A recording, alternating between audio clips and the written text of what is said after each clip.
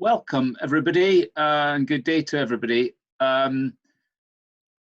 This is the second online session of the Edinburgh process for subnational and local governments on the development of post-2020 global biodiversity framework. I'm Professor Sir Ian Boyd from the University of St Andrews, and I'll be chairing this online session on behalf of the Scottish Government and the Edinburgh process partners. And John Mowat from the Scottish Government will be acting as moderator, and you'll be hearing from him later on. The aim of the session is to update you on the Edinburgh process, including the main outcomes from the consultations on the post-2020 zero draft and the subnational plan of action, and also to highlight how you can contribute to this going forward. We're also delighted to have both Basil van Harve, and who's the co-chair of the open-ended working group, and Oliver Hillel from the CBD Secretariat with us today, as well as to provide insights into the CBD process. I would now like to give the floor to John Mowat, who is going to highlight a few housekeeping issues before we continue. So John, over to you. Yes, thank you very much. I'm sure everybody's getting very familiar with these online meetings now, but just to remind you of the etiquette, if you can keep yourself muted throughout the process, unless you're making intervention, just to cut down on the background noise. If you go to the participants list, you will find the option there to raise your hand. So when we're having any of the question and answer sessions, you can make it known that you want to ask a question. You can, of course, use the chat function as well to raise any questions as we go along, and we'll try and answer them as soon as we can. We're trying to be a little bit more interactive today, so we're going to ask you to give your views on a couple of the points when we look at the outcomes of the zero draft consultation. So you'll also notice in the participants list next to the raise hand, there's little yes and no buttons, and we're going to, just to keep you interested, ask you to vote using them just to give you your opinion. But we'll highlight that when we come back to that later in the presentation. Great, thank you. Sorry, just to unmute myself there. Sorry about that. Bit of a delay. Okay. Although the Edinburgh process has been led by the Scottish Government, it's only been possible through the tireless input and support from the Edinburgh process partners. You're probably very familiar with many of them, but these cover a whole range of subnational constituencies, including networks such as the Local Governments for Sustainability, Regions 4, European Committee for the Regions, and the group of leading subnational governments, as well as Wales and Quebec, the UK government, and supporting organisations including Scottish Natural Heritage, the Royal Botanic Gardens Edinburgh, and the UN World Conservation Monitoring Centre.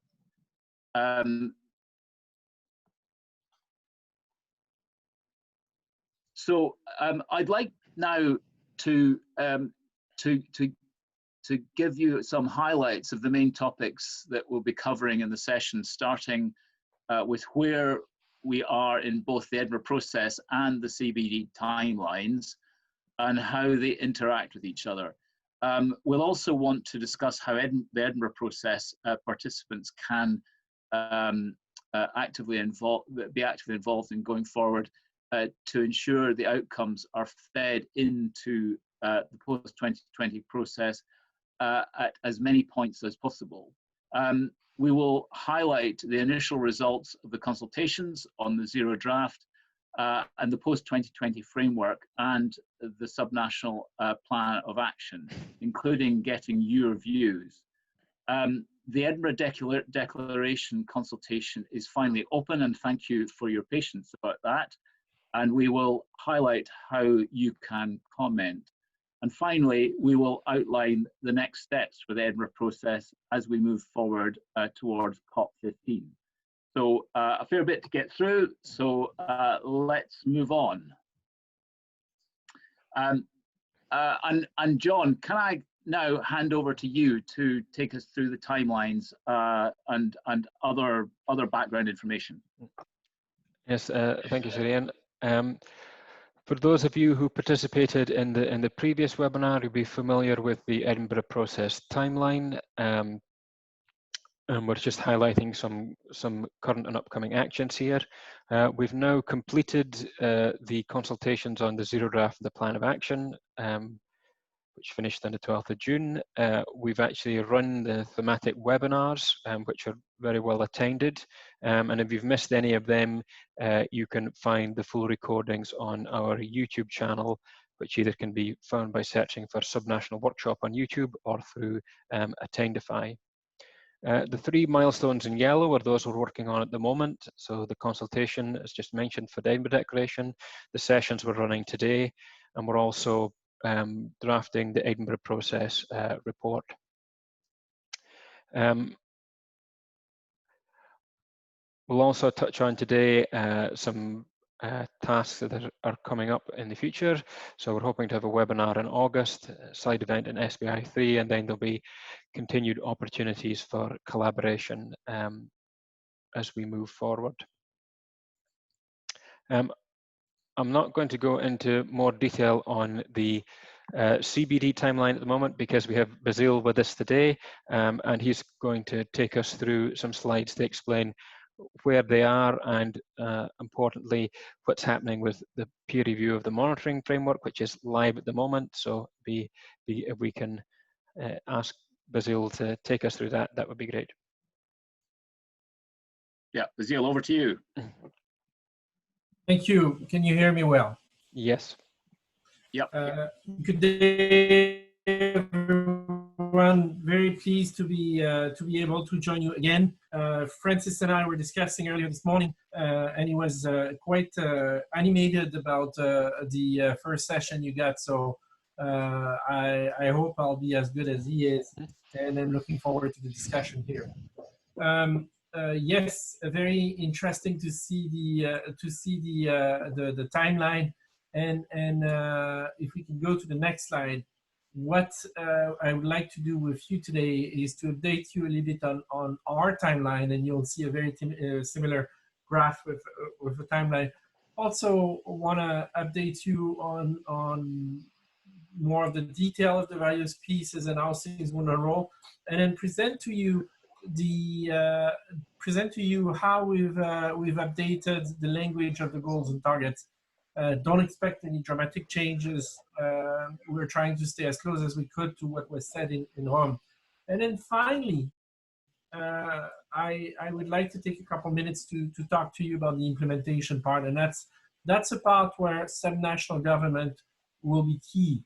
And in my view, in our view, Francis and I, it is essential that we think about implementation as we are developing the framework, because otherwise it will only be a piece of paper, not an actual action on the ground. So, but let's start where things need to be, starting with the timeline. So if we could go to the next slide here. So here you see a classic timeline from left to right.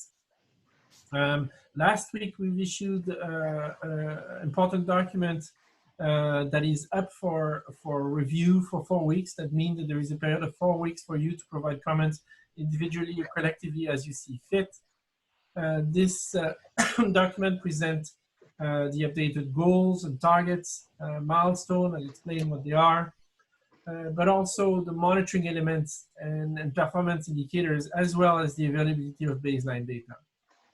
In parallel to that, the thematic consultations are continuing. They're mostly done, but there's a few that needs to be completed. One is on sustainable use, and that's going to be important. The other one is on synergies, which is about how the various agreements and the various actors can work together, and that may be of interest to you. Then we'll get to the Substar and the SBI meeting. I'm like everybody else, we're reviewing the situation, the sanitary situation on a monthly basis. The dates of November and for Substar and SBI we sincerely hope we're going to be able to make them, but keep your eyes on the notification if there is any change. Following that, we're going to be moving to open-ended working group 3, and then finally with COP15 in 2021. Now, other documents that will be coming in August is the complete draft, so not only the goals, milestones, and targets that you can see now, but also section E to H that cover means of implementation, enabling condition, accountability, and accountability. And then the revised SEPSTAT document will come. There is a number of webinars that will be also taking place, and so those will be important, notably a week of webinar in September that would be kind of the more official ways of doing business.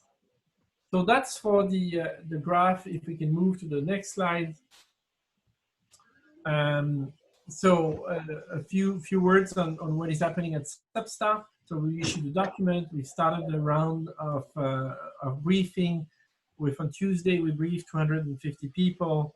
There is another one set for a time suitable for Asia and Oceania later tonight, in my time. Then we'll be completing that with 2 more on Friday and on Tuesday. We also, I should have mentioned earlier, a document about how we link with the SDGs, both ways, what we contribute to the SDG and what we can learn from the SDGs. And then finally, a supporting document, which is how we define things, and we felt this was a useful way of doing it. So if we could move to the following slide, which is the much more complex interaction with SBI. So SBI is supporting us on enabling condition, responsibility, transparency, and support mechanism. There will be a number of items relevant to us, one directly, which is the one in bold, but also a number of others that are both responding to direct requests from the COP, but also support for us. And that should be all seamless to you in terms of how we work together. But watch for those discussions because they're going to be important. Particular question on how we integrate the accountability system with subnational government. Is that something that we left to the description of national government, or is that something we can take into account in our process? So those are a question that would be of particular interest to you. Now moving on to the next part of the presentation. Next slide, please. On the what have we done with the goals and targets? You've seen that draft many times. I'm not going to go through it in any more detail than saying that in the middle white box called 2050 goals, you see the appearance of the language milestone.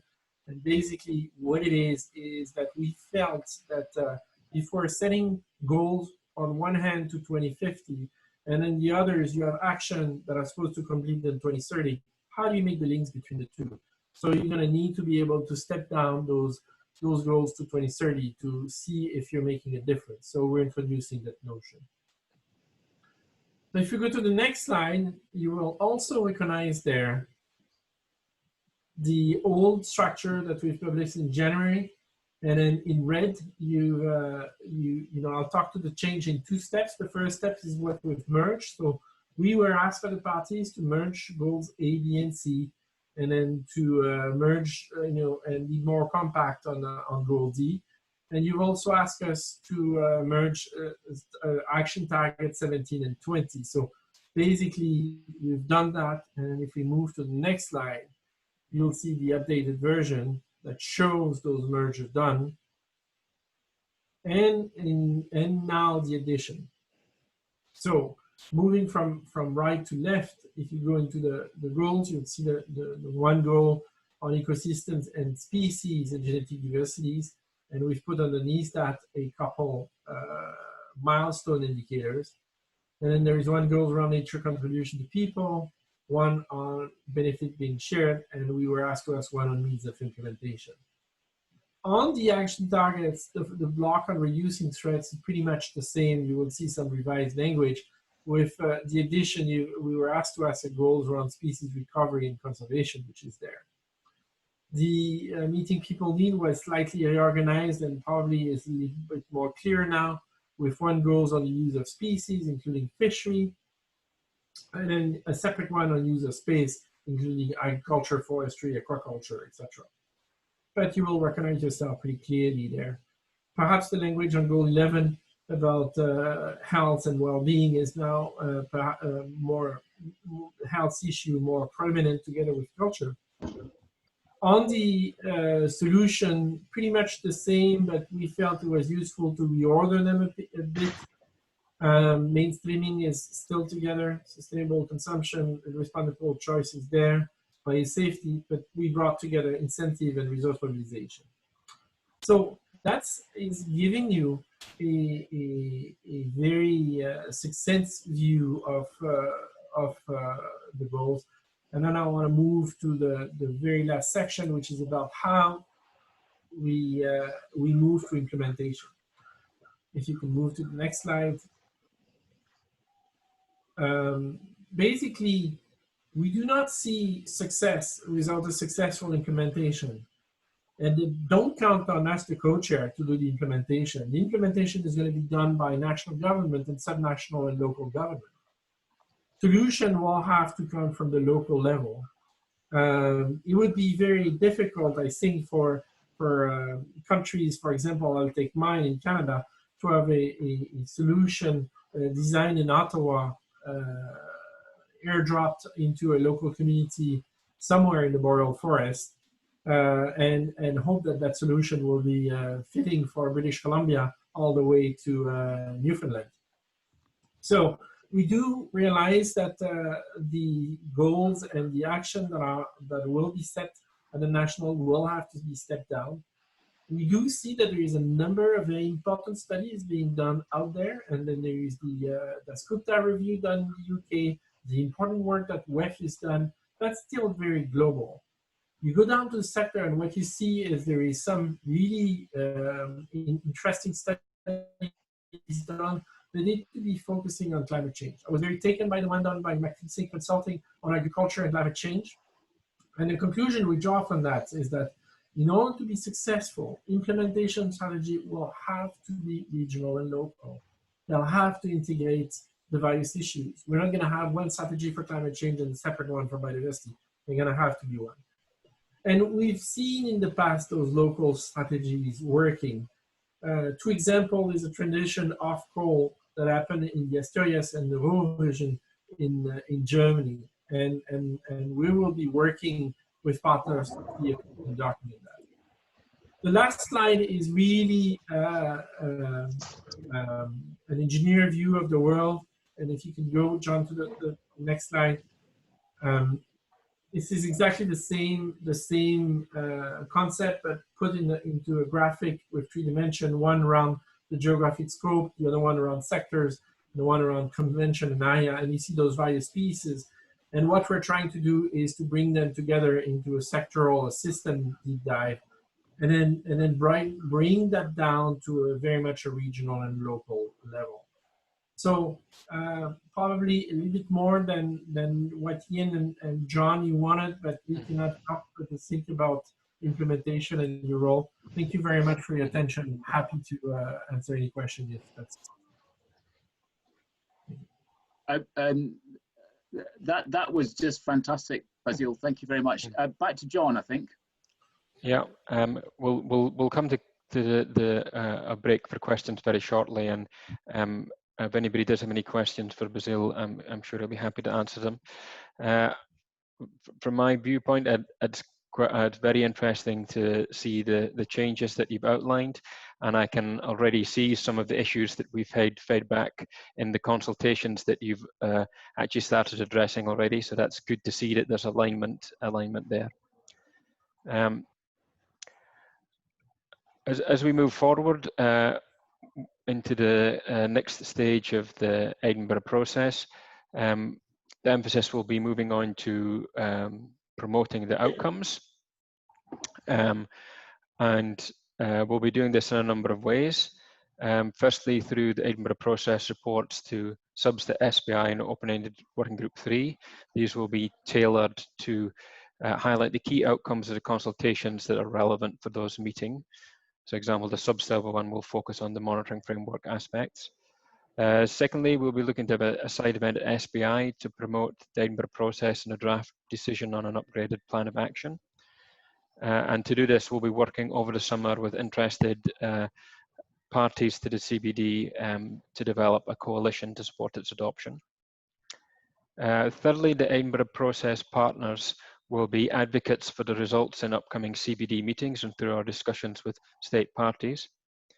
But it's not just about the partners and us taking forward actions. There are opportunities for Edinburgh process participants also to take forward the outcomes.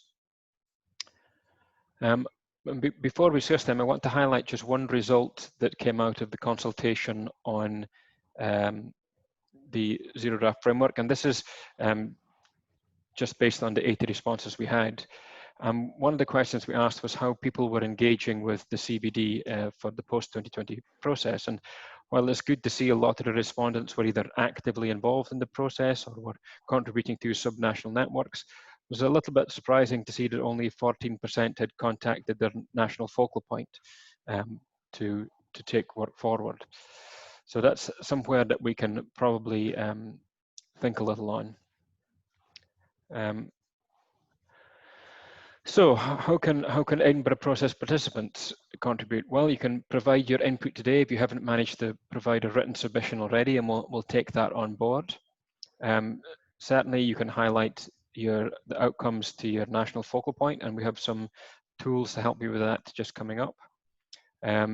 You can engage in the development of your national position for upcoming CBD meetings, and you can participate in the peer review process, as Basile just outlined. That's open for everyone to comment.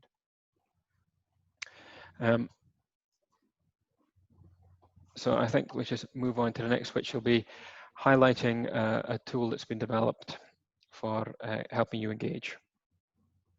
Thank you, John. That's really helpful. So I'd like to invite Iñaki Suzeta, the General Secretary from Regions 4, to highlight this tool that John mentioned that can help us to engage with CBD National Focal Point on behalf of the advisor, and he's doing that on behalf of the Advisory Council of Subnational Governments. So Iñaki, over to you. Thank you. Thank you. Can you hear me well? Yes. Yes, you can. Okay, perfect. So thank you for giving us this opportunity. And it's a great pleasure to be here today and also to be partners in this process. Today I'm speaking as Secretary General of Region 4, but also as coordinator of the Advisory Committee on Subnational Governments to the Convention on Biological Biodiversity together with the Government of Quebec. As you know, the objectives of this Edinburgh process are first to review the actual plan of action on subnational government, cities and other local authorities.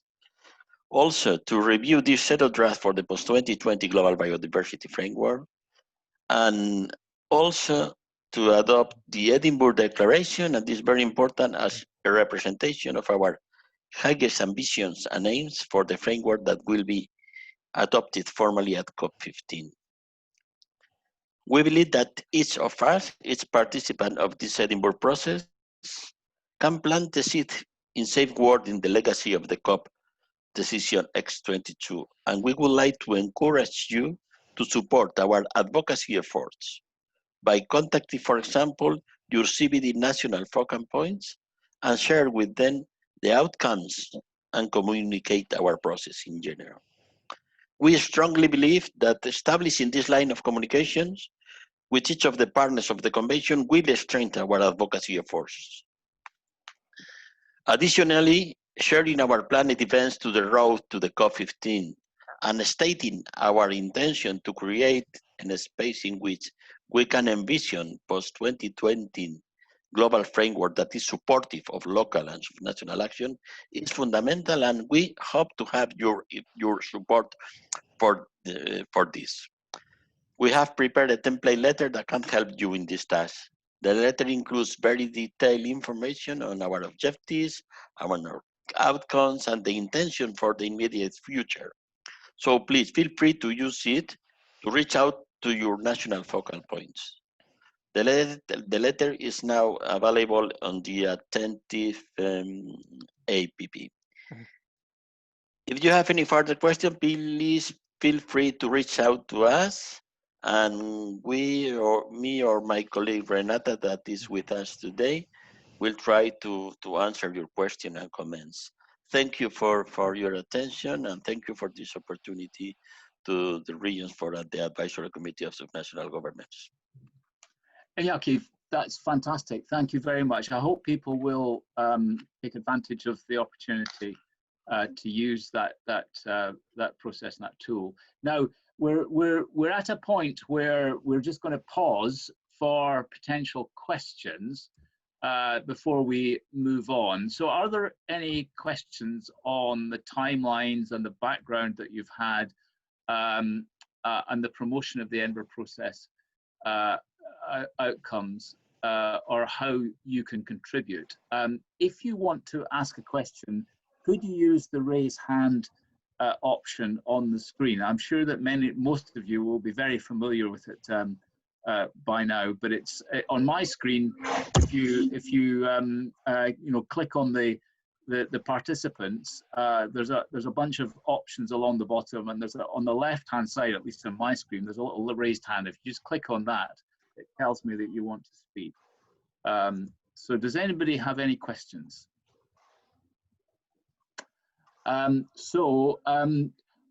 Forgive my pronunciation. Tanzania. Oh gosh. Tanzania Shizada. Is that right? Please correct me. Good afternoon, everybody. My name is Ndakadzeni Chidada. I'm from the Department of Environment, Forestry and Fisheries in South Africa. Thank you so much for the co-chair for the enlightening presentation, and which also reflects some of the elements that were discussed at the last open-ended working group. One of my questions is that on his opening slides, one of the key issues that he highlighted on was the issues around the baseline, but the presentation didn't touch anything in terms of the baseline. So if we can just allude to it in detail, when do we expect to see the work on the baseline, and from where, because it was one of the issues that activities that he has highlighted that it will undergo peer review. Thanks. Thanks, Natenzi. Basile, do you want to respond to that? Yes, yes, I'll be pleased to do so.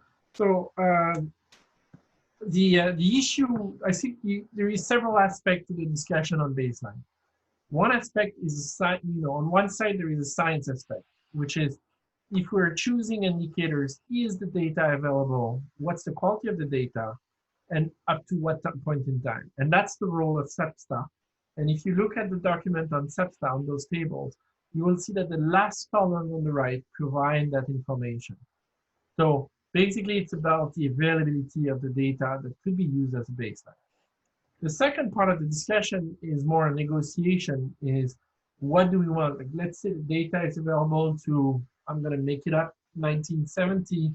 Do people want to go back to 1970? Do they want to go back to the time the convention was signed, where it would pull into action? So that's more of a negotiation, and we expect that to take place at the open-ended working group. So basically, what you see now in SEPSTA is the technical aspect.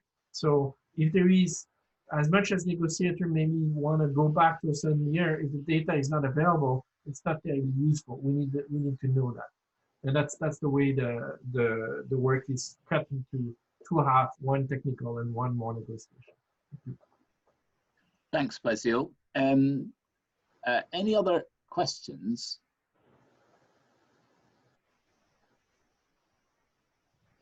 No, there's somebody put a hand up there and it's just gone. I don't know the first name, but it's El Kogan. Right, yes, I'm actually also from South Africa.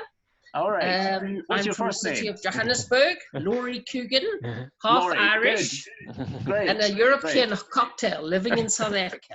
Well, wonderful. Okay, the things that I'm really interested in is how is this coping with the centers of endemism, where you have centers where it's not a case of restoration. It's a case that you've got unique species and many of them in little isolated centers. And I want to know, is there a proper audit being done of this? And are we sitting where we're saying there are areas where we can't do restoration? We need to have an audit of areas like some of the grasslands, which have bulbs and they've developed over millions of years, and there are very few primary grasslands left. But if you put a plow through some of them, you never get back to what you would call a restoration. It's there and it's gone. And I know that if you're looking at things like, and I'm looking across the ocean at the Amazon, and if you get rid of parts of the Amazon as a contrast to grassland, in our lifetime and in the next 2 lifetimes, you're never going to see some of those trees that were cut down. So we're talking about things that are irreplaceable. And I want to know, how are we going to cater for that? And how are we going to say each country has this that's worth saving? Yes, we've got people benefits. Yes, we've got restoration. Yes, we've got nature-based solutions. But what about those things that are so precious as our assets of biodiversity per country? And how are we going to deal with this on an international basis so we have an audit of those sites, those species, ways to deal with it, ways to get benefits, whether it's tourism, ways to sustainably utilize them? Yeah, so that's basically my question. Thank you. Yeah, Laurie, that's a really good one. I can imagine coming from South Africa, endemism is a big issue for you. Basile, can you respond to that, or do we leave that question hanging and we need to come back to it later on? I can provide some elements, and definitely there is parts that I cannot. The first thing I would like to point is, at this point in time, we're providing the goals and the targets to the SUBSTA as a reference point. The SUBSTA will not be doing negotiation of goals and targets. That is the prerogative of the open-ended working group. So I think there is a very valid, and Laurie, you're providing some really valid input into the negotiation. The second point I would note is, if you go to target 1, it is about retaining, restoring, and retaining is about retaining natural habitat. So that notion of retaining those habitats that are valuable is a key one, and that's why it's up there in the very beginning. But maybe I wanna point to a bigger challenge, which is about how, as a global community, do we bring together the need to care for those natural assets that are unique, and yet allow socioeconomic development that is needed. I think there is several similarities between South Africa and Canada, in that we had a local population with development needs, and it would be harking back to a very dark past to have people in capitals telling those communities how they should behave and how rich or poor they should be. So I think a big challenge we have is, how do we allow the appropriate level of socioeconomic development, yet at the same time retain those assets that are key to conservation in the future? Is the transfer and the pricing of economic ecosystem service part of that equation? That's a big question we'll have to tackle. Thank you. Okay, thank you, Basile. I mean, Laurie, I think that if you do want to follow up on that, do so through the continuous consultation process that's going on. It's clearly a very important question. I think we have to move on fairly soon, but there is one question on the chat, actually, from Evelyn Vera from Mexico, who says, "Hi, everybody. This is Evelyn from Mexico. how do you think COVID will impact subnational government capacity to get involved with this post 2020, and how can NFP promote their participation? Does somebody, I mean, John, do you want to have a go at that one? Yeah, it's certainly something that we were concerned about, the ability of people to be involved when we set out on the consultation process. I think as we come to discuss the results, we've been reasonably pleased with the amount of people that have been able to have the time to provide a written response to that. I think the format that we're working in at the moment has allowed us actually to reach out to a lot more subnational governments than we would have been able to if we'd gone ahead with a single physical meeting. So I think in some ways it's actually increased the reach and the ability of this process to gather those views. So I think, although undoubtedly some people haven't had the capacity or the time to engage because they've been working or prioritizing dealing with the crisis, I think we've been able to compensate for that by having a wider scope and reaching more people through an online and electronic format. Yeah, okay, thanks, John. You know, obviously, you know, if people do have concerns about that issue, then you know, obviously do express them. I think we need to probably move on now. So thank you very much to all of you who've asked questions. If others do have questions, then you know, you can stick them on the chat, and the Secretariat will pick them up in due course, I assume. Right, we now need to move on to the zero draft consultation responses. So this session will focus on the initial review of the responses consultation on the zero draft of the post-2020 framework.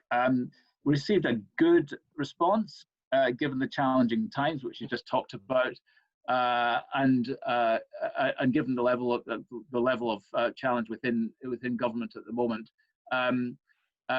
So we've had 80 written responses to the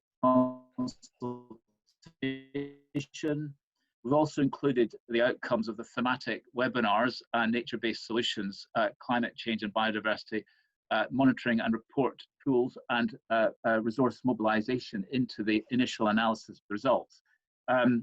We will be asking for your feedback in this session, so get ready, because I know that not all of you will have been able to provide written responses to the consultation in the time that's been available. To do this, we will be using the yes and no vote buttons. So you will find those again at the bottom of your screen on the participants list on Zoom. We will also have time for more detailed questions and statements at the end of this section, where you can share your views. Okay, so John, do you want to you know, lead us through this, please? Thank you. Yes, thank you, Surain. Yeah, so we've had a lot of responses. We're working on analysing them at the moment and developing that into the Edinburgh process report.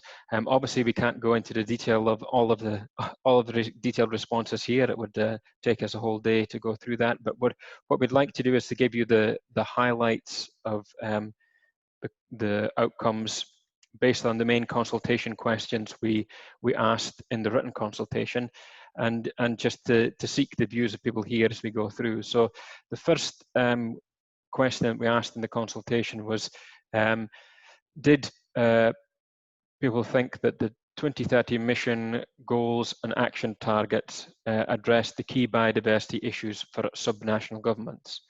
So I'd like just to quickly use your yes and no buttons to say whether you feel that all those key issues are captured for the subnational governments, or there's something missing from the framework, just to give us a little snap view, and then I will share with you the results from the written assessment.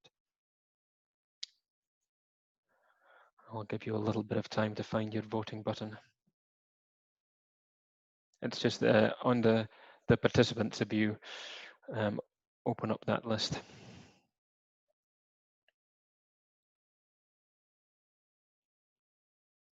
Okay, so a few of you are voting. At the moment, everybody's saying that that it covers the key biodiversity issues, so that's good news for Brazil.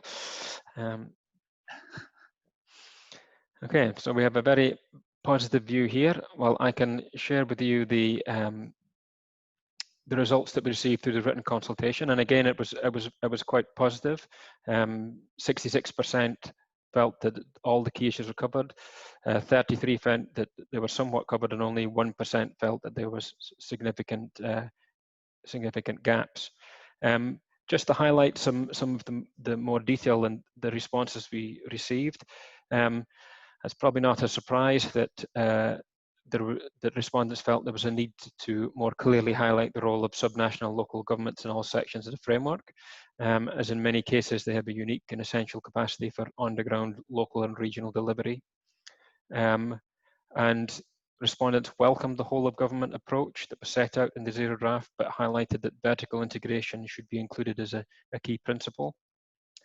The links between climate and biodiversity and climate change were welcomed, but it was felt that there should be a greater focus on nature-based solutions, particularly amidst the development of post-COVID-19 recovery plans.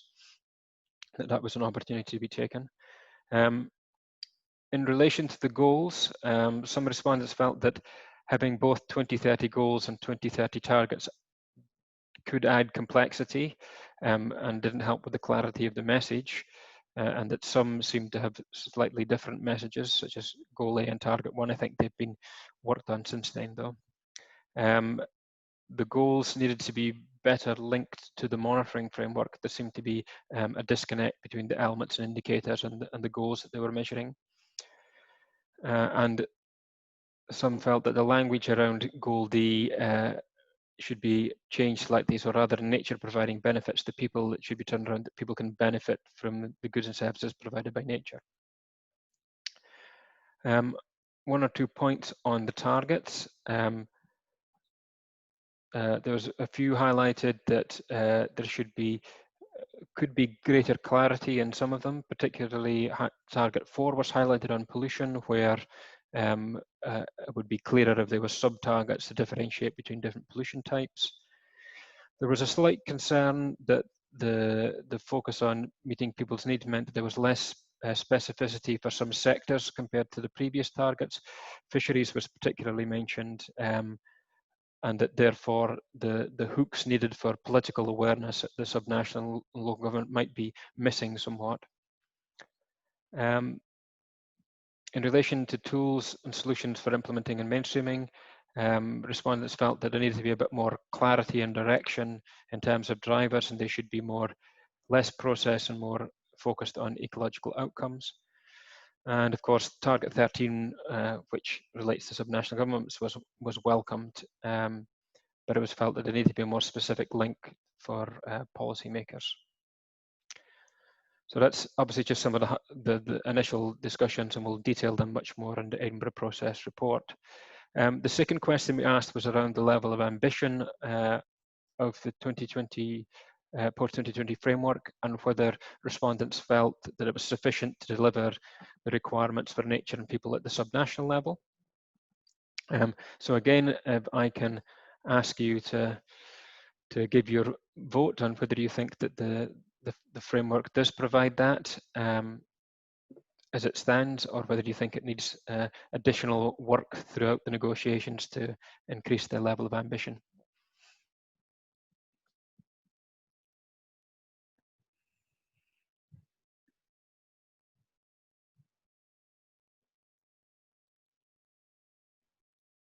Yeah, so if you click on your participants list, then you can find the voting buttons there.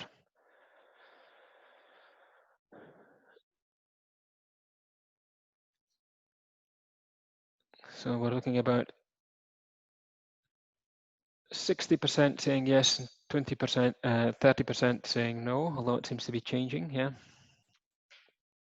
Well, that's pretty similar to the response level we received through the consultation, where 63% were happy with the level of ambition, 30% were somewhat happy, and only the remaining 6% said it wasn't sufficient.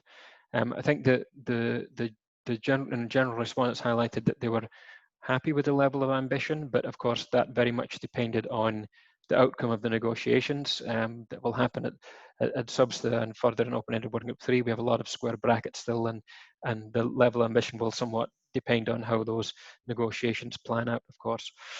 And one area that was specifically highlighted was on restoration. With the UN Decade of Restoration, they felt that as the target mainly focused on spatial planning, there was need for a specific area target.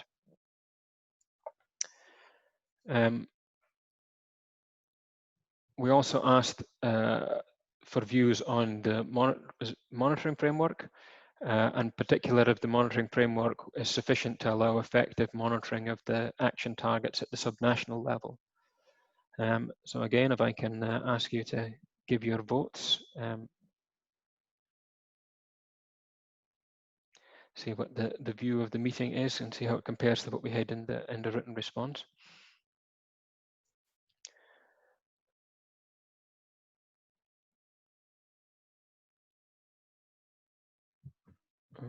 Okay, so at the moment we have 2/3 saying that's not sufficient and 1/3 saying it's sufficient, roughly. Again, which is rather similar to the response that we received through the written responses. I think the monitoring framework was the area where respondents felt the most work was still required to bring it up to pace. It was kind of a 30-30-30 split between people that thought it was sufficient, people that thought it was somewhat deficient, and people that thought it wasn't sufficient. I think one of the key points was that it was very much welcome that this time, compared to 10 years ago in HE, that the monitoring framework was included as part of the overall package, and that was welcomed by respondents.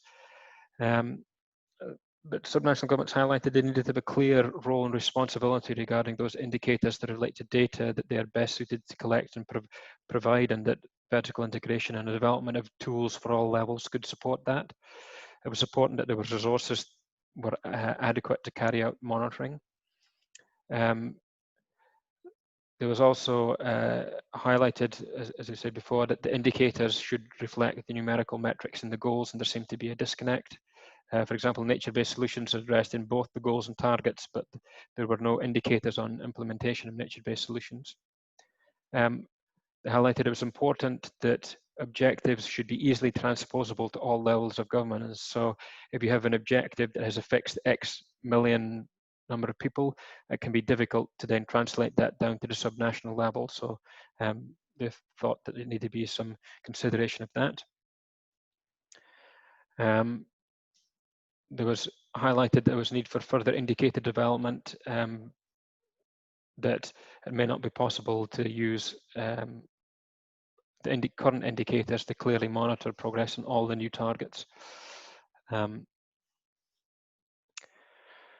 it was highlighted that the CBD should develop a more comprehensive approach to indicator development data management to ensure that we had a consistent approach right up till 2050 to achieve the vision.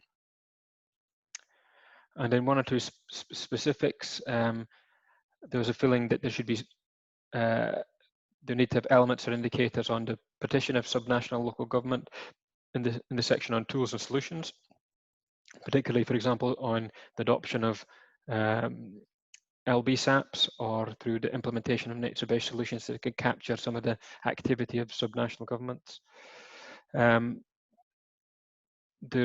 There could be stronger elements and indicators on mainstreaming of biodiversity into other sectors and policy areas, and that the marine elements of the monitoring framework in particular do not always fit with the proposed targets. And then finally, on the sections E to F of the zero draft on implementation mechanisms, enabling conditions, responsibility and transparency and outreach, we asked whether these the issues set out here provide a sufficient framework for ensuring subnational contributions to a successful implementation. So if I can ask you to quickly give your views.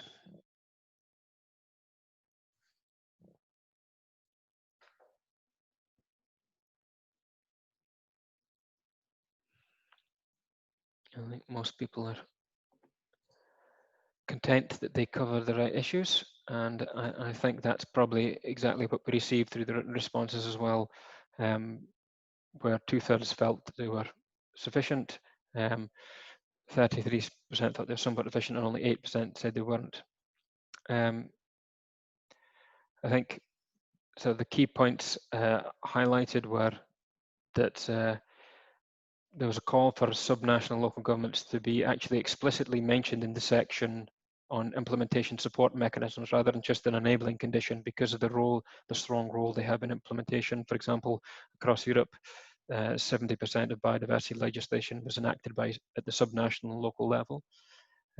Respondents highlighted the strong role of subnational local authorities in providing resources in terms of people and finance. Respondents highlight that while top-down approaches to financing of biodiversity conservation have been helpful, bottom-up approaches, including local stakeholders, businesses, NGOs, in partnership with public bodies, can deliver where there's a need for local interventions.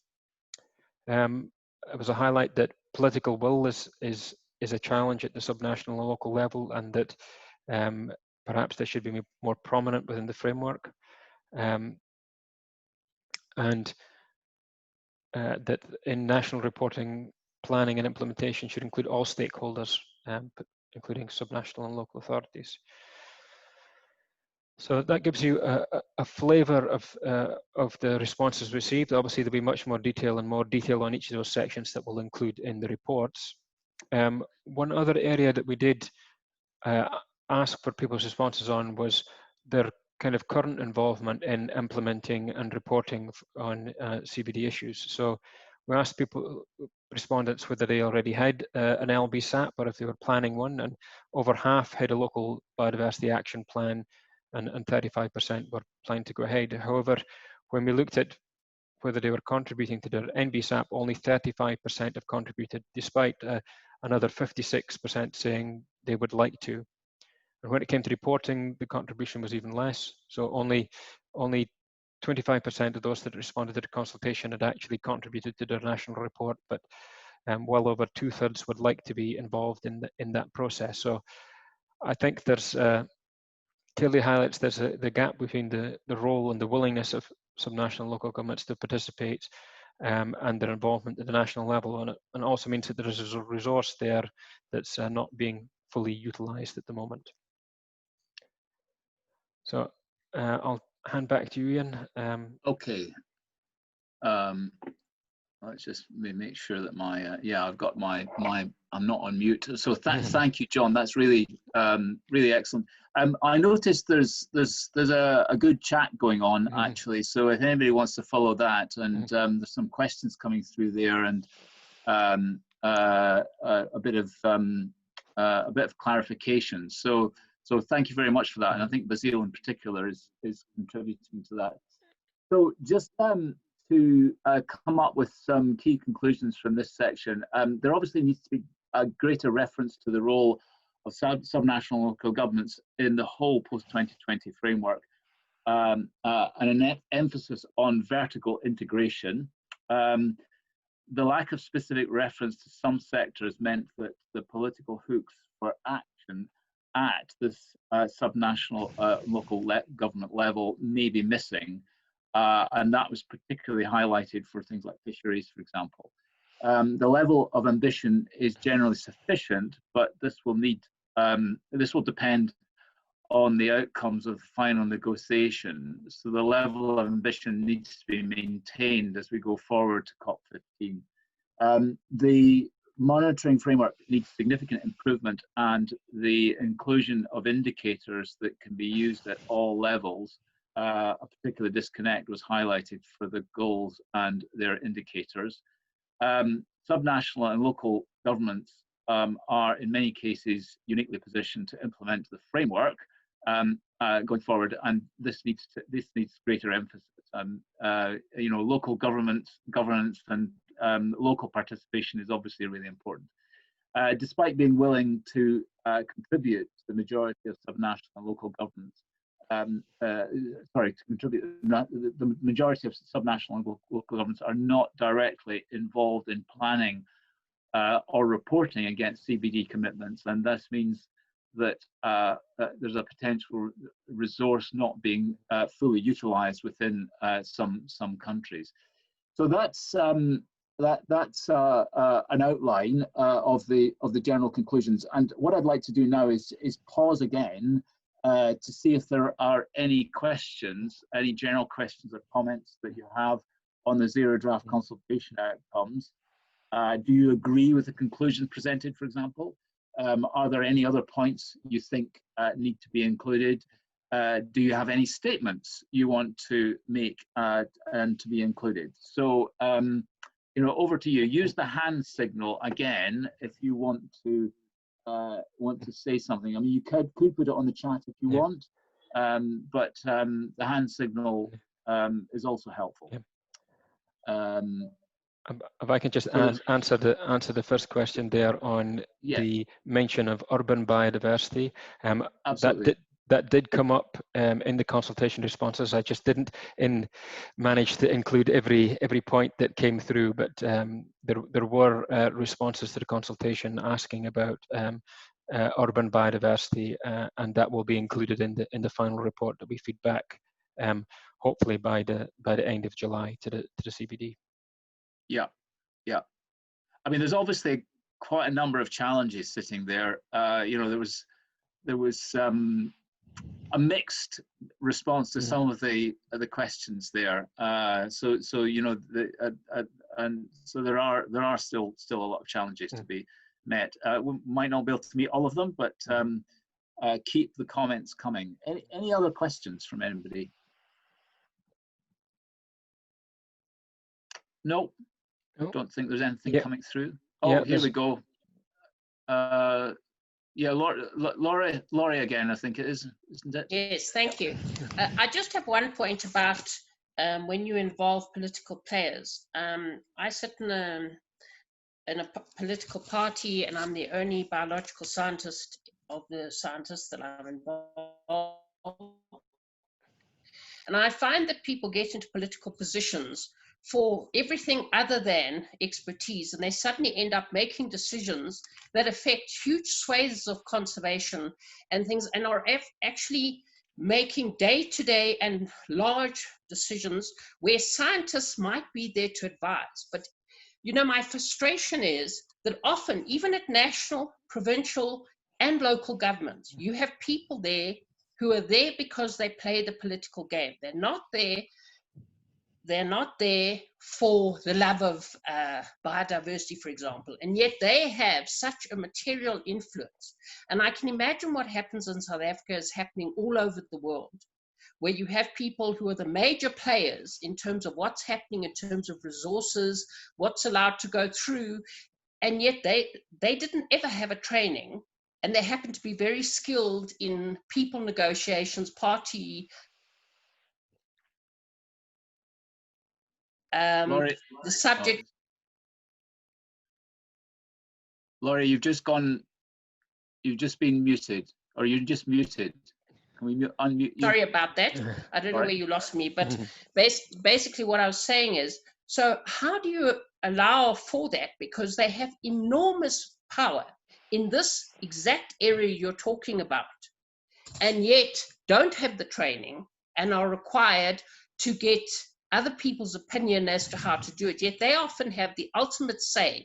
And I'm saying, how do you mitigate against this? How do you put in enough safeguards to make sure that the best current scientific knowledge is actually incorporated in these decisions? Is there a way of doing it? That's my concern, because I see it in action in my world. I see it constantly.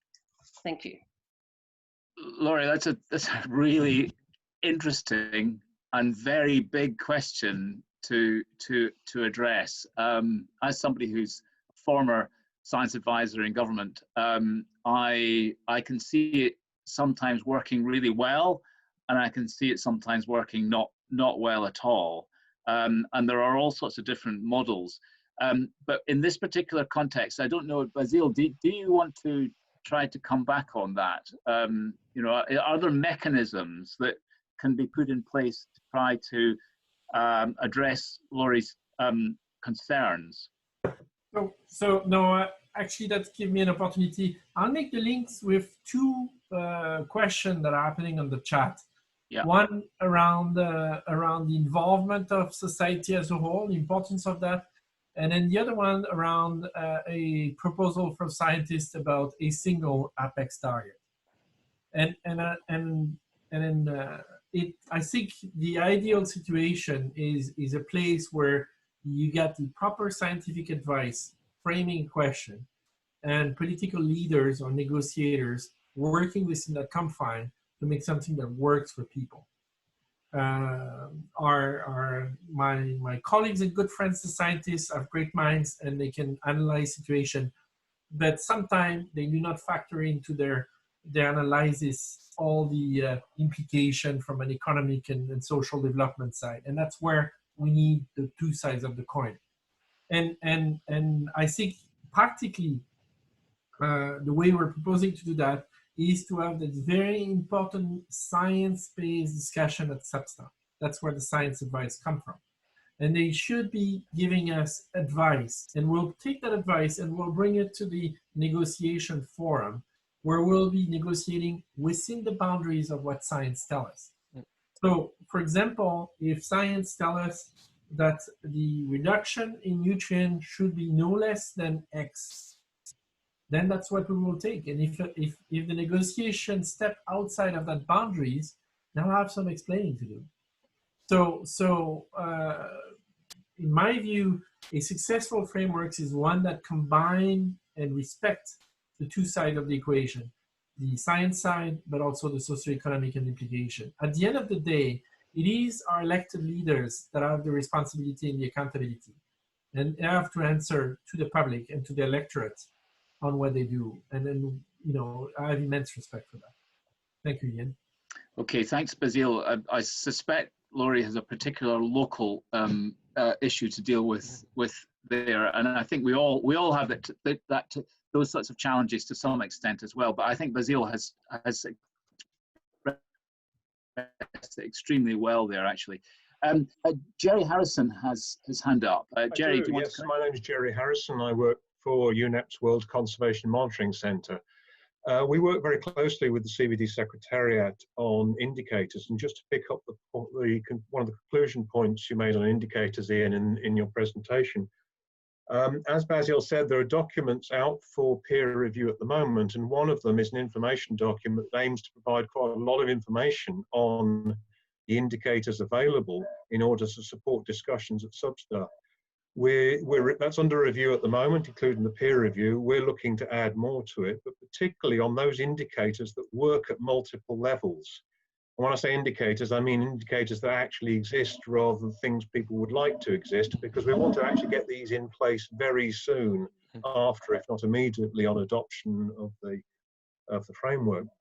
So if anybody's got any clear ideas there of what might be missing, it would be really great if they can review that document and add it into the document, or if they want to send input or thoughts to me after this session, I will post my email address in the chat right now.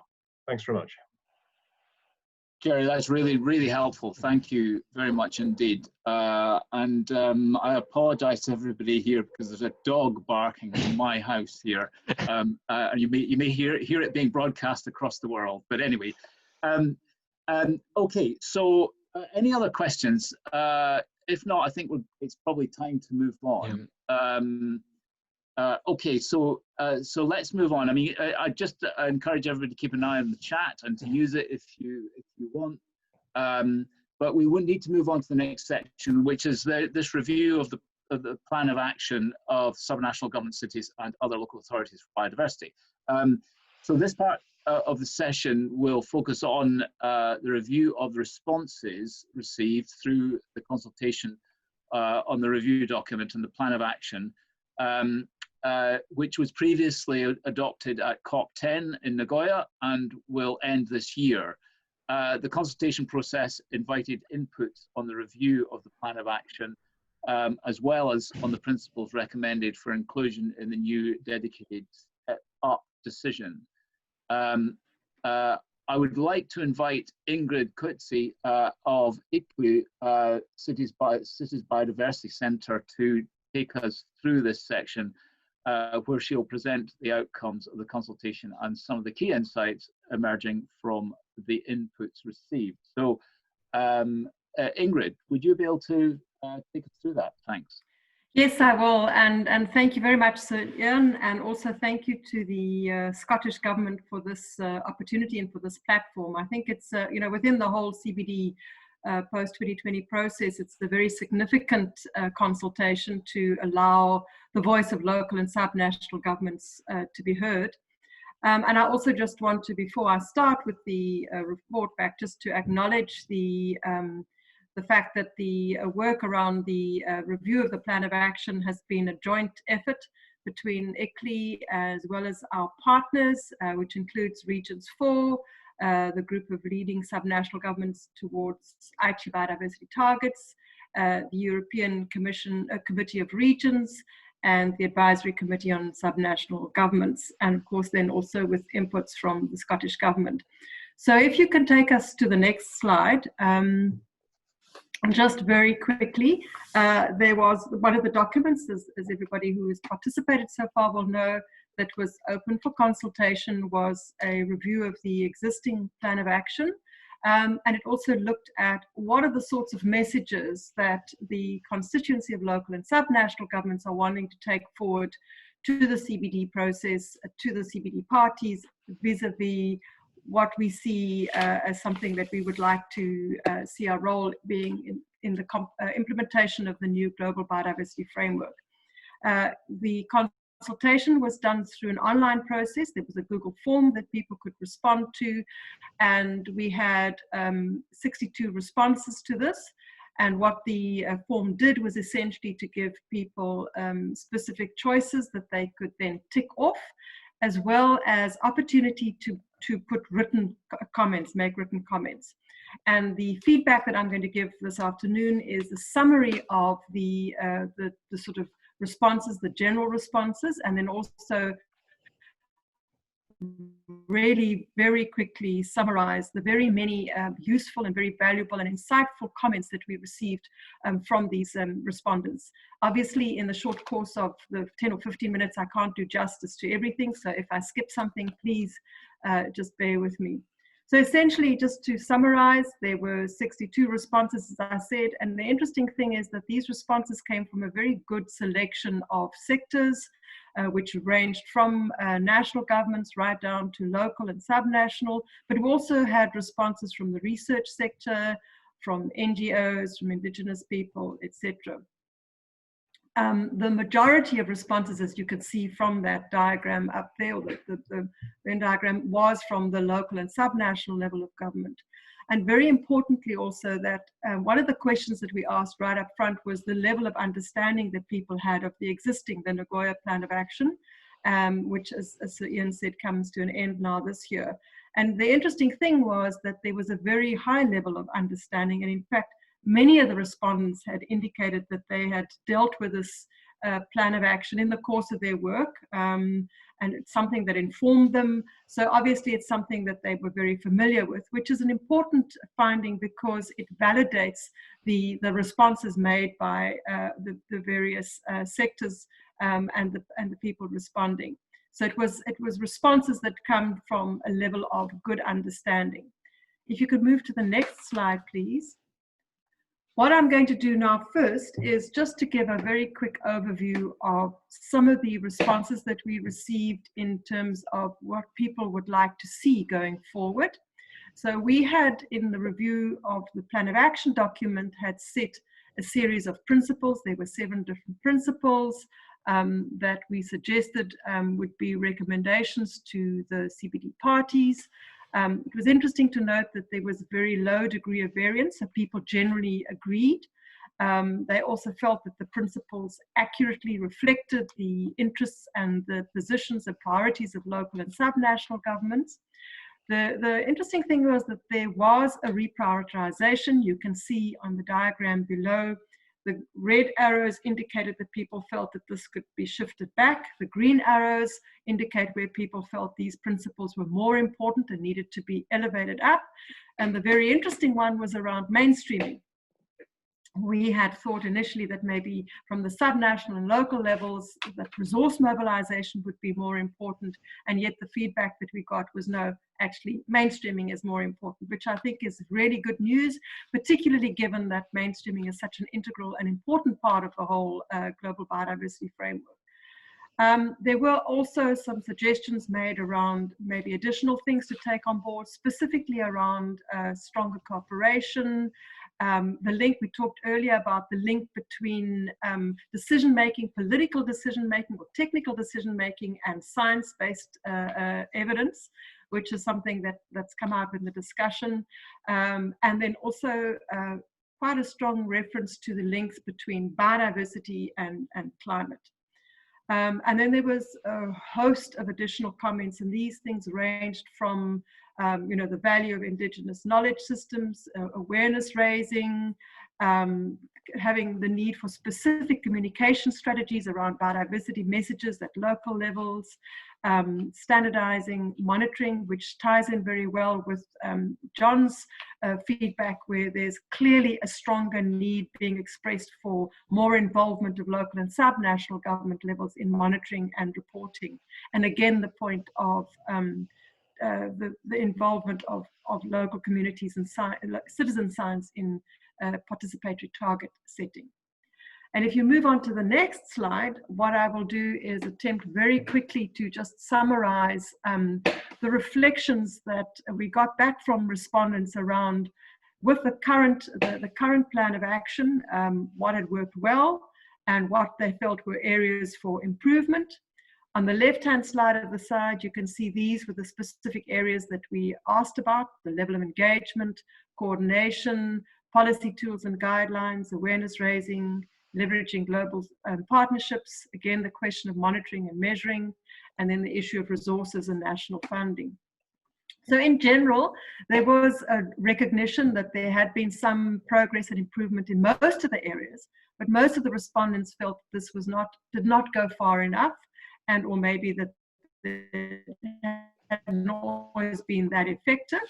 The one thing that did stand out is people felt that what had worked very well with the plan of action was its use as a vehicle and a platform to share knowledge and for peer exchange, and that it did give a rise to quite a lot of best practice at the local and subnational levels. I think the things that were highlighted in terms of the areas for improvement validate again some of the principles that we had recommended in terms of what were the sorts of things that we was asked for from the CBD parties. And these are again the point of the need for greater vertical integration, specifically at the level of plans and policies like the NBSAPs, the need to strengthen resources to improve capacity building, a lot of around improving integration, around specifically global programs, more inclusivity and flexibility in guidelines being developed for the local and subnational levels.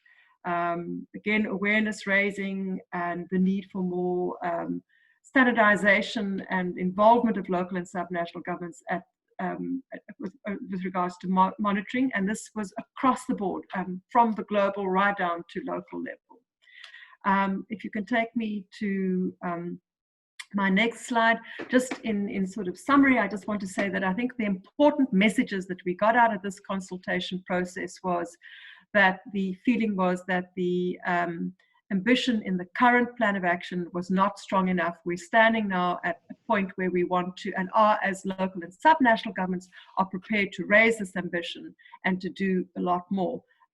There's also, I think, a very clear mandate for a dedicated and stepped up decision and a renewed plan of action. I think a very strong case for the fact that the current one was successful, notwithstanding the fact that there were areas that people identified for improvement. And it is certainly an exercise worth taking forward.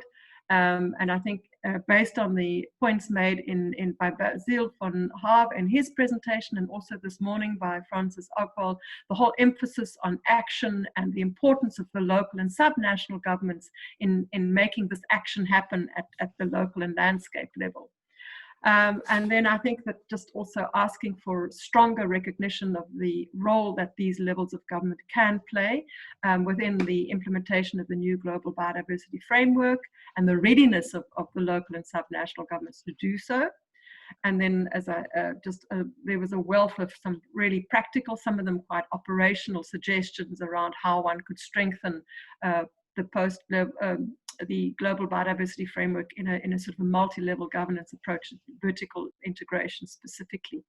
And then just to end off, just to give people the assurance that while I've not been able to sort of give, as I said, justice to all of the many comments that were made, everything certainly is going to be captured in a report on the outcomes of the consultation on the plan of action, and these will be included in the Edinburgh process report, and they will be submitted to the CBD parties and in the various stages, as we've seen in the roadmap, specifically coming ahead in terms of the SBSTA, SBI and open-ended working group.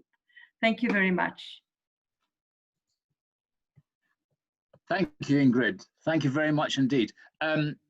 We now have a pause for more questions. There's a lot in what you've said there, and we just want to make sure that everybody has the opportunity to ask questions on the plan of action if they have any. So just using the same methods as before, if you wanted to either raise your hand or put something on the chat, that would be fine.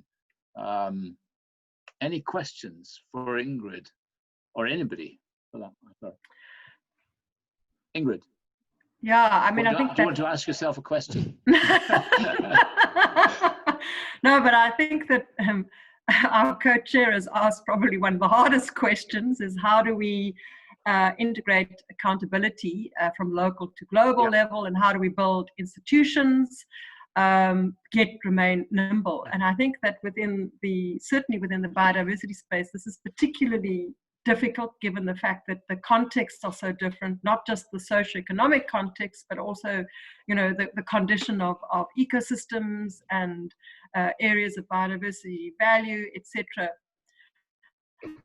I think that one of the mechanisms to do that is certainly to encourage greater communication and cooperation within countries through the sort of governance systems, and your national focal points would be an obvious way to do that. I also think that an instrument such as an NBSAP is a very important and valuable instrument, and that would be one way, and it's quite an effective and simple way to ensure that there is greater integration on the one hand, but also flexibility on the other hand, because I think it should be more of a process of discussion and negotiation around what the targets are and what the responsibilities and responses could be at the different levels, and to what extent local governments can and should make contributions, and where there's a need for building capacity. And that's going to differ from country to country, even within countries. In my own country, you know, from province to province or from city to city. I think that mainstreaming is probably going to be one of the key mechanisms also, because particularly at your lower levels of government, where you have often vested the power to plan changes in land use and spatial planning and those sorts of things, I think that is a very useful tool, and that we need to recognize that mainstreaming can be at its most effective when you're looking at it from a planning perspective, and not just focusing on the sectoral inputs in terms of mainstreaming.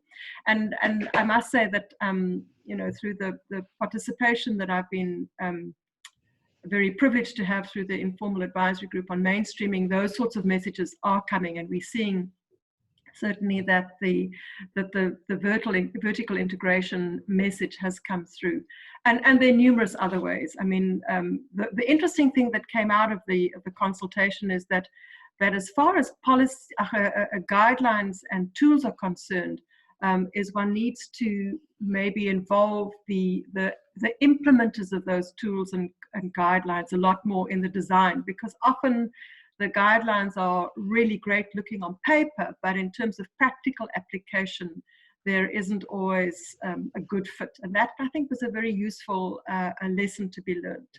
Mm. Yeah, I mean, this is something that we can have a whole week's webinars on, and certainly yeah. I would like to get some feedback and hear what some of the participants in the floor are, specifically those that work for local and national governments, have to say. Yeah. Yeah, absolutely. There's actually some stuff coming through in the chat as well, which you might want to look at in due course, Ingrid. But are there any other questions for Ingrid? I mean, this is an important. Well, it's all important. But I think there was a point made on the chat about having kind of this vertical integration and making sure that it worked all the way through from local all the way through to national and then to global governance, and making sure that works is so important. Okay, I think that if there are no other specific questions, I think we'll probably just move on, actually. And what I want to do is now move on to the Edinburgh Declaration. And can I turn to Matthew Bird to take us through that? So Matthew. Thank you, Sir Ian, and thank you especially to all of the speakers and partners and participants in this Edinburgh process for making it such a successful and vibrant event. So the draft Edinburgh Declaration is now open for consultation, and you can make comments on this draft until the 24th of July. You can access it through the Attendify app, where you will find it in the documents section. We had hoped to have this available for consultation earlier, so we do thank you for your patience. After this consultation process, the Scottish Government and the Edinburgh process partners will finalise and sign the declaration so that it can be submitted to the CBD. However, it will remain open for signature by subnational and local governments right up to COP15. The declaration should be signed by political representatives of your administration, and we will let you know the procedure for doing this in due course, but don't let that stop you commenting on it in the meantime. We are keen to maximise the weight and influence of this process and the Edinburgh Declaration, so we would ask that all of the participants in this process share the Edinburgh Declaration widely in your networks and encourage as many subnational and local governments as possible to sign up. Our aim is to present the Edinburgh Declaration in an event at COP15 to highlight the Edinburgh process and the support we've gathered from subnational and local governments from around the world. Next slide, please. So, for those of you who didn't attend session 1, the Edinburgh Declaration is a political declaration that will aim to represent the high-level aims of subnational and local governments for the post-2020 framework. The Scottish Government and our partners have co-developed this draft of the Edinburgh Declaration for consideration by subnational governments, and we hope for eventual adoption by as many of you as possible. The declaration highlights the crucial role of subnational governments, cities and local authorities, along with other stakeholders, as key partners in the implementation of the framework, and highlights the important role they play in reducing threats to biodiversity, meeting people's needs through sustainable use and benefit sharing, developing the right tools and solutions and actions in implementing and mainstreaming biodiversity across all levels to ensure that support mechanisms and enabling conditions are in place to deliver upon the final targets. So that's me. Thank you for your attention, and please do feed in your views on the declaration in due course. Thank you very much. Thank you very much, Matthew. So we'll we're now going to outline the next steps in the Edinburgh process, and I'd like to invite Oliver Hillel of the CBD Secretariat to provide some views on the next steps towards COP15 and how the Edinburgh process can contribute. So, Oliver, over to you, if you're there. I don't actually know if we have Oliver on the call. Is Oliver not here? He doesn't appear to be, maybe he's having technical difficulties. He doesn't appear to be connected into the call at the moment, unfortunately.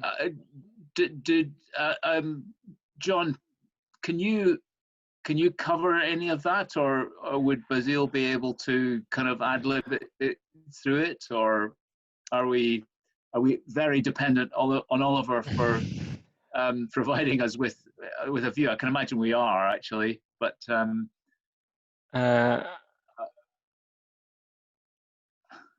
I do actually have a video recording, but not in this presentation, because we were hoping he was going to be able to attend in person. Actually, don't worry about it. You know, why don't we? I mean, it would be wonderful to have his view, but you know, I don't think it's absolutely kind of vital to the next steps. Yeah, I think we're coming up on our time anyway, so yeah. Okay, so it's unfortunate Oliver's not being able to be with us, but let's move on anyway. And so what we'll do is move on to the Edinburgh process outputs. Just to recap, the outputs from the Edinburgh process are that we will have the Edinburgh process reports to the CBD, and these will be tailored to the upcoming meetings of Subista and SBI and Open-Ended Working Group 3. We'll have input to the CBD process on mainstreaming, capacity building, and resource mobilization. An updated plan of action for subnational and local governments that will be submitted to SBI3 in Montreal on 24th to 29th August, and for adoption at COP15. And finally, there is the Edinburgh Declaration, which we have just discussed. So those are the main outputs. So the upcoming actions are, you know, well, with respect to the Edinburgh process, won't just stop with the product we have just outlined. There will be a number of actions as we progress through to COP15 in Kunming. We will hold a webinar in August as part of the CBD series to highlight the results of the consultations. We'll have applied, we have applied for a side event in the SBI in November. We aim to have a webinar prior to Open-Ended Working Group 3 once the first official draft of the post-2020 framework is published. Seek your views and to feedback on progress with the draft decision on the action plan. We'll participate in Open-Ended Working Group 3 in Cali in Colombia. We'll hold an event in conjunction with COP15 to present the results of the Edinburgh process and to highlight the Edinburgh Declaration. And we will also consider the need for additional webinars at key stages in the process. At that point, you know, does anybody have any questions that they have about those outputs and those actions that are coming forward, or any other questions you want to pose as a result of today's presentation? If we just pause for questions for a second.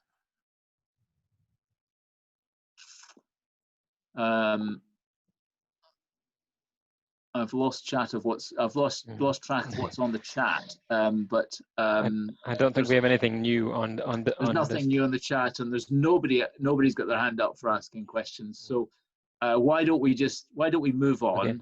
Okay. We have one question on the chat from Dave Barlow. When can cities sign the declaration? Right. Obviously, the consultation is open till the 24th of July, and then we'll need some time to see what the changes are and incorporate them into the final version, and then have a sign-off process with the Edinburgh partners. So that will take a little bit of while, but we would hope probably by the end of August that we'll have the final version available and a process in place at that stage to allow other Edinburgh process participants that want to sign up to that to do so. We're still working on the practical arrangements for that and how best to organise it, but we will make sure that we publicise that and let you know when it is available, and that you can then share that with other colleagues and other subnational governments to spread it widely. That's great, and Dave, it's great to see Manchester involved. Well done. Right, any other questions? No. Okay, in that case, John, can I just turn back to you to deal with some of the closing procedures? Yeah, this is just a reminder that as we go forward, we'll be highlighting any updates, any new webinars that are coming forward through Attendify. So please keep signed into that. Don't delete the app off your phone now that you've submitted your consultation response, because that will use that to keep you updated as we go through right up till COP. We also have the YouTube channel, and we'll be putting a recording of this webinar, and you can find all the previous webinars, thematic assessments and sessions online there as well if you've missed any of them, and we'll also keep you up to date by email as well going forward, so that you know where we're at in the process right up until COP. Great, thank you very much, John. Well, actually, that brings our session today to a close, and it just remains for me to thank all of you for coming along, and all of the speakers in particular. All of you have asked questions and participated. It's really, really great to see you all here. And in particular, the open-ended working group co-chair Basile van Harver, who has done a fantastic job in fielding the questions. So thank you very much, Basile. It's a pity that Oliver wasn't able to be with us. I'm not quite sure what happened there. But again, thank you all for participating. And I'd just like to give a big personal thanks to all the people at the Scottish Government end who make all this happen. So, I just turn up and deal with the chairmanship. All the organisation sits underneath that, and it's done by many of the people you've seen here today. Particularly John, who has led it. So thank you very much to you. I think if we could, in a virtual sense, put our hands together and clap, it would be great. But just assume that we've done that. So well done. Yeah. So that's it. So thank you very much. Until the next time, I hope there will be a next time in some way or other. But stay well, and let's see this process through to a really successful end. So thank you very much indeed. Yeah. Thanks, everybody. Thank you.